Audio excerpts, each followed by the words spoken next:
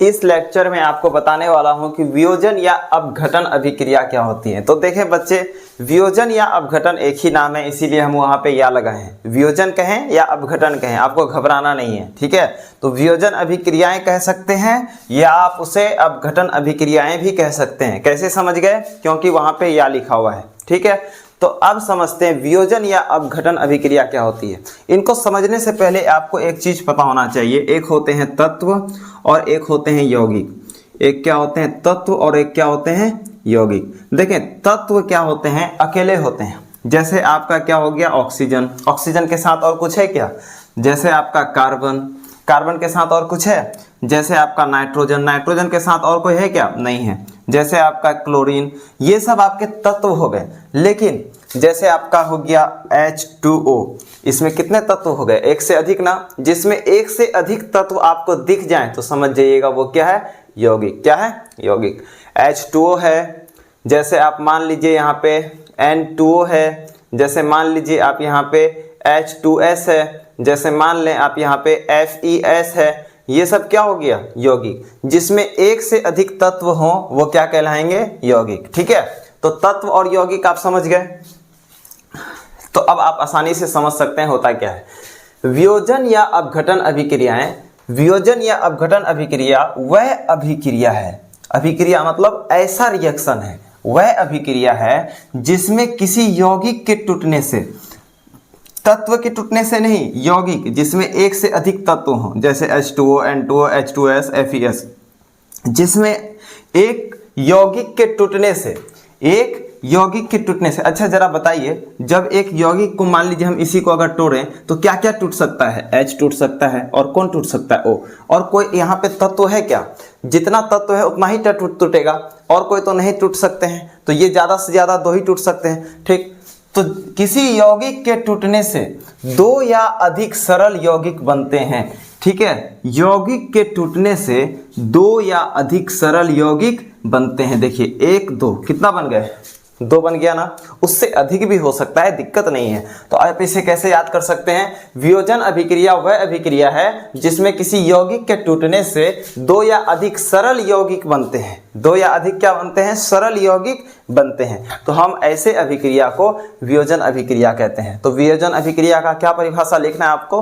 वियोजन अभिक्रिया का परिभाषा लिखना है, वह अभिक्रिया है जिसमें किसी यौगिक के टूटने से दो या अधिक सरल यौगिक बनते हैं। अब आपको कम से कम उसके नीचे दो उदाहरण भी लिखना है, क्योंकि जब कॉपी चेक होती है आप परिभाषा में सिर्फ नंबर नहीं पाते हैं, उनके जो उदाहरण लिखते हैं कम से कम दो, आपको उनमें भी नंबर मिलती है, ठीक। देखें, सबसे पहला उदाहरण क्या है? CaCO3।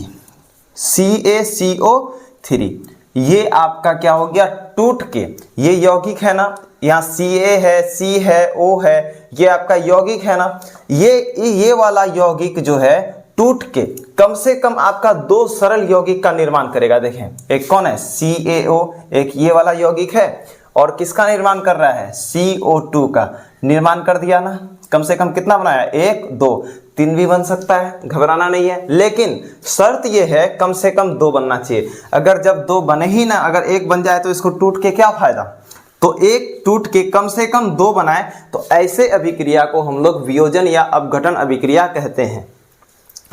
अब कहेंगे आप सर जी यहाँ पे तीर का क्या मतलब है? तो देखें, तीर का मतलब कुछ एक्चुअल में होता नहीं है। तीर का मतलब होता है कि ये एक प्रकार का गैस है। CO2 क्या है? गैस, और ये गैस बन के ऊपर उड़ गया, ठीक है। तो इसीलिए हम यहाँ पे तीर लगाते हैं। बस आपको क्या याद करना है? CaCO3 arrow CaO plus CO2 बन के उड़ गया, ठीक है। तो ये पहला उदाहरण। सेकेंड उदाहरण क्या लिख सकते हैं आप? सेकेंड उदाहरण आपको लिखना है 2KClO3 गिव्स मतलब तीर, ठीक है।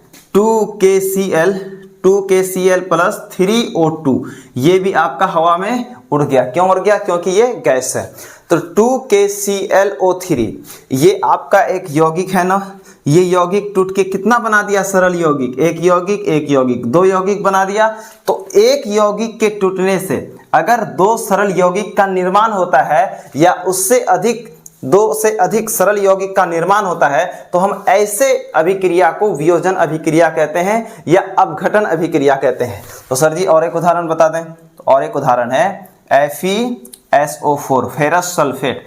इसको हम तोड़ दिए, तोड़ने के बाद ये क्या क्या बनाता है, FeO3, ठीक है, SO2 प्लस SO3, ये 3 बनाया ना। हम क्या बोले थे, एक यौगिक के टूटने से 2 सरल यौगिक या उससे अधिक यौगिक का अगर निर्माण कर दे तो हम ऐसे अभिक्रिया को वियोजन अभिक्रिया कहते हैं।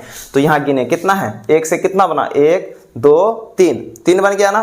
तो कोई दिक्कत नहीं है, कम से कम 2 होना था तो 2 हो गया, उससे अधिक 3 हो 4 हो कोई मतलब नहीं है। तो ऐसे अभिक्रिया को हम वियोजन अभिक्रिया कहते हैं या अपघटन अभिक्रिया कहते हैं। अब समझिए यहाँ पे है एक चीज आपको समझना, क्या हम CaCO3 को रख दें तो वो टूट जाएगा, ऐसा है क्या? क्या मान लीजिए हम हाथ पे रखें और ये टूट जाएगा क्या? नहीं टूटेगा। क्या हम फेरस सल्फेट को यहाँ पे रखें, टूट जाएगा क्या? नहीं टूटेगा। तो अगर ऐसा होता तो हमेशा ये क्या होता, इस फॉर्म में रहता ही नहीं, ये तो हमेशा टूट ही जाता, इस फॉर्म में रहता ही नहीं। तो देखिए इसको तोड़ने के लिए हम यहाँ पे है ना इसको कुछ गर्मी देते हैं, जिसको हम लोग हीट बोलते हैं। क्या देते हैं? हीट, जिसको हम लोग कह सकते हैं ताप देते हैं। क्या देते हैं? ताप, गर्मी देते हैं। किसी को भी जब टेम्परेचर दीजिएगा ना वो टूट जाएगा, टेम्परेचर देने पे क्या होता है, टूट जाता है। ताप को हम लोग और एक भाषा में उष्मा बोलते हैं, हिंदी में और क्या बोल सकते हैं इसको, उष्मा। हम यहाँ पे उष्मा दिए तब ना ये जाके 2 भाग में टूट गया, इसको भी हम उष्मा दिए, क्या दिए, उष्मा, तब ये जाके 2 भाग में टूट गया। इसे भी हम क्या दिए, उष्मा, तब ये जाके 2 भाग में टूट गया, वरना ये नहीं टूटता। तो इनको हम उष्मा दिए तभी ये जाके 2 से अधिक भाग में टूटा, नहीं तो ये टूट पाता क्या? नहीं। तो इसीलिए हम वियोजन अभिक्रिया को उष्मीय अपघटन अभिक्रियाएं भी कहते हैं। तो क्रिस्टल क्लियर हुआ आप लोगों को? इसलिए हम वियोजन अभिक्रिया को क्या भी कह सकते हैं, उष्मीय अपघटन अभिक्रिया भी कह सकते हैं। ठीक है, अब देखिए इनसे क्वेश्चन आया था 2014 में और सेम क्वेश्चन आया था 2024 में। क्वेश्चन क्या है, अब आप लोग पढ़ें। क्वेश्चन है कि CaCO3 यहाँ पे लिखा हुआ है S, तो आपको घबराना नहीं है, बस ये बताना चाह रहा है कि CaCO3 क्या है, सॉलिड है। ठीक है, आपको समझाते हैं, आप अच्छे से इस बार समझ लीजिए। ठीक है, अगले बार से आपको दिक्कत नहीं होगा। देखिए दुनिया में 3 प्रकार के पदार्थ होते हैं। कितने प्रकार के?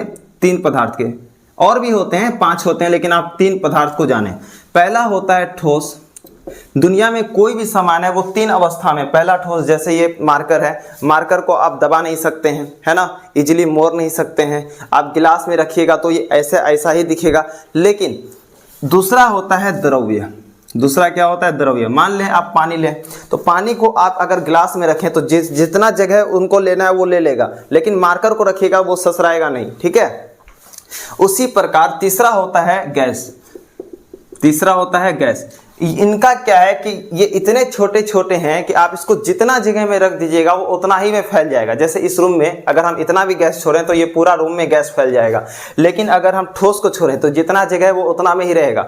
लेकिन अगर हम द्रव को यहाँ पे रख दें तो ये ससरा जाएगा। मान लीजिए हम यहाँ पे द्रव को रख दिए तो ये इतना जगह को अपना ले लेगा, जितना इनको लेना है वो ले लेगा। अब दूसरा चीज इनको समझिए, ये कड़ा होता है, ये थोड़ा कम कड़ा होता है, और ये तो कड़ा होता ही नहीं। अब जिधर से दबा दीजिए उधर, जैसे हवा में हाथ चला रहे हैं, कोई फर्क पड़ रहा है क्या? यही अगर लोहा रहता तो हाथ आगे कर पाते? नहीं। क्यों? क्योंकि ठोस हो जाता। तो दुनिया में 3 प्रकार के पदार्थ होते हैं, एक होते हैं ठोस, द्रव्य और गैस। एक और हो सकते हैं, मान लीजिए अगर हम गिलास में यहाँ पे पानी रख दिए, क्या रख दिए? पानी। पानी में अगर हम यहाँ पे चीनी मिला देते हैं तो चीनी मिलाने के बाद अब ये तो पानी नहीं रहेगा, ये घोल हो जाएगा। क्या चीज का घोल? पानी का घोल प्लस चीनी का घोल, पानी का घोल प्लस चीनी का घोल, शरबत। तो ये जब घोल बन जाता है तो ऐसे हम लोग सब्सटेंस को या पदार्थ को हम लोग विलयन कहते हैं। क्या कहते हैं? विलयन। क्या कहेंगे? विलयन। तो अब आपके कितने समान हो गए? पहला क्या हो गया था? ठोस, पहला ठोस। सेकंड क्या हो गया था? द्रव्य, तो दूसरा लिख देते हैं द्रव्य। तीसरा क्या हो गया था? गैस, तो तीसरा लिख देते हैं गैस। चौथा क्या हो गया था? विलयन, तो चौथा में लिख देते हैं विलयन। अब समझें, ठोस को हम लोग इंग्लिश में कहते हैं सॉलिड, द्रव्य को हम लोग इंग्लिश में कहते हैं लिक्विड। ठीक है, गैस को हम लोग इंग्लिश में कहते हैं गैस, विलयन को हम लोग इंग्लिश में कहते हैं एक्वस। विलयन को क्या कहते हैं? एक्वस। सबका पहला अक्षर ले लें, सॉलिड से S, लिक्विड से L, गैस से G और विलयन से AQ। इसका बस 2 अक्षर ले लें। ठीक है, तो ये लिखने का मतलब ये होता है, मान लीजिए हम यहाँ पे लिख देते हैं CaCO3, यहाँ पे क्या लिख देते हैं CaCO3 और ब्रैकेट में लिख दें S, तो इसका मतलब समझते हैं क्या हुआ कि CaCO3 जो है ना ये आपका सॉलिड के फॉर्म में है। सॉलिड मतलब क्या होता है, ठोस अवस्था में। कौन से अवस्था में, ठोस कड़ा अवस्था में। तो घबराना नहीं है, बस ये अवस्था को बताता है। ब्रैकेट में अगर S हो या L हो या G हो या AQ है तो ये किस चीज को बताता है,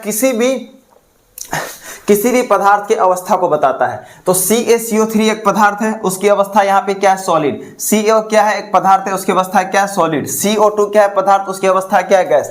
हमसे क्वेश्चन क्या पूछा गया था, देखिए ये बताना इंपॉर्टेंट क्यों था, क्योंकि आप संतुलित करना में फंसेंगे, आप वियोजन में फंसेंगे, जितना भी अभिक्रिया सब में आप फंसेंगे अगर आपको ये वाला चीज पता नहीं हो। लेकिन यहाँ ये मैटर नहीं करता, बस ये आपको इसलिए बताया ताकि आपको इनकी समझ बेहतर हो, आप दूसरे अभिक्रिया में ना फंसें। तो समीकरण CaCO3 जब हम उष्मा देते हैं, क्या देते हैं, उष्मा, जैसे हम यहाँ पे सब में उष्मा दे रहे थे, ठीक है, तो क्या बना देता है CaO प्लस CO2। देखिए एक यौगिक के टूटने से कितना बन गया, 1 और 2, और आपको हम क्या पढ़ाए थे, वह अभिक्रिया है जिसमें किसी यौगिक के टूटने से 2 या अधिक सरल यौगिक बनते हैं। देखिए एक के टूटने से 2 या अधिक सरल यौगिक बन गए ना, तो ऐसे अभिक्रिया को हम क्या कहेंगे, वियोजन। क्या बोलते हैं, वियोजन अभिक्रिया। ऐसे अभिक्रिया को क्या कहेंगे, वियोजन अभिक्रिया।